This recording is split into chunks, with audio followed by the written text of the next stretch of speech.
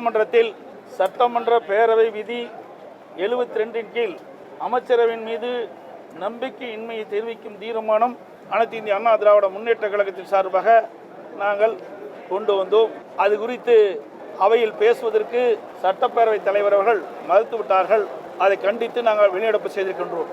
இதில் குறிப்பிட்டது, முதலமைச்சர் திரு ஸ்டாலின் அவர்கள் தலைமையில் இயங்கும் திராவிட முன்னேற்ற கழக அமைச்சரவை மீது கீழே கையெழுத்திட்டுள்ள அனைத்து இந்திய அண்ணா திராவிட முன்னேற்ற கழக சட்டமன்ற உறுப்பினர்கள் கீழ்காணும் காரணங்களுக்காக நம்பிக்கை இழந்துவிட்டது என்பதை தெரிவித்துக் கொள்கின்றோம்.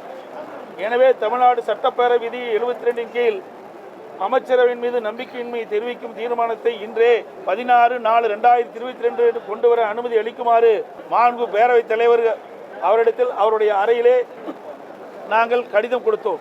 அதில் மாண்புமிகு நகராட்சி நிர்வாகத்துறை அமைச்சர் திரு கே நேரு, அவரது மகன் மற்றும் சகோதரர் ஆகியோருக்கு சொந்தமான சென்னை, கோவை, திருச்சி ஆகிய மாவட்டங்களில் உள்ள இடங்களில் மற்றும் இல்லங்களில், அலுவலகங்களில் ஆகியவற்றில் 7/4/2025 அன்று மத்திய அமலாக்கத்துறை சோதனை நடத்தியதுடன் சோதனைக்கு பின்பு மேல் விசாரணை நடத்தி 11/4/2025 அன்று விளக்கமான செய்தி குறிப்பொன்று வெளியிடப்பட்டுள்ளது. அடுத்தது, மாண்புமிகு வன மற்றும் காவல்துறை அமைச்சர் திரு கே பொன்முடி அமைச்சராக பதவி ஏற்கும் பொழுது அளித்த உறுதிமொழியை மீறி இந்து மதத்தை மற்றும் இந்து மதத்தை பற்றியும் பெண்களை பற்றியும் அவர் ஒரு நிகழ்ச்சியில் குறிப்பிட்டது அவதூறாக பேசியதால் அமைச்சர் பதவி ஏற்கும் பொழுது அவர் ஏற்ற உறுதிமொழியை மீறிய செயலாகும்.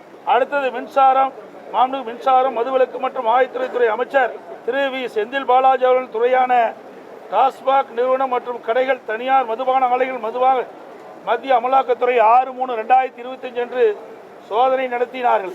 முதற்கட்டமாக சுமார் 1000 கோடி ரூபாய்க்கு மேல் முறைகேடுகள் நடந்துள்ளதாக அமலாக்கத்துறை செய்தி வெளியிடப்பட்டுள்ளன.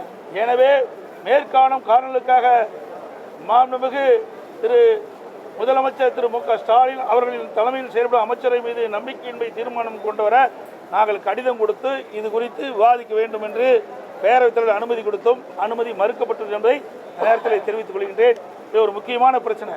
நீங்கள் கடந்த காலத்தில் பார்த்தீங்கன்னா, நீங்கள் இதற்கு முன்பு அவையில் இப்படி அரசின் மீது நம்பிக்கையில்லா தீர்மானம் வருகின்ற பொழுது 1952, 57 எடுத்திருக்கிறாங்க, 57, 62 எடுத்திருக்கிறாங்க, 1962, 1967 எடுத்திருக்கிறாங்க, 1967, 1970 எடுத்திருக்கிறாங்க, 1971, 1976 எடுத்திருக்கிறாங்க, 1977, 1980 எடுத்திருக்கிறாங்க, 1980, 1984 அவையில் பேசுவதற்கு அனுமதி அளிச்சிருக்கிறாங்க, 1985, 1988 இடைப்பட்ட காலம் எடுத்திருக்கிறாங்க, 2001, 2006 வாக்கெடுப்பு நடத்தல எடுத்திருக்கிறாங்க.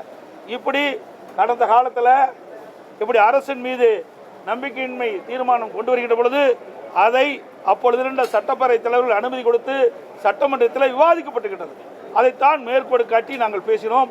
எங்களுக்கு அனுமதி கொடுக்க மறுத்த காரணத்தினாலே நாங்கள் வெளிநடப்பு செய்திருக்கிறோம்.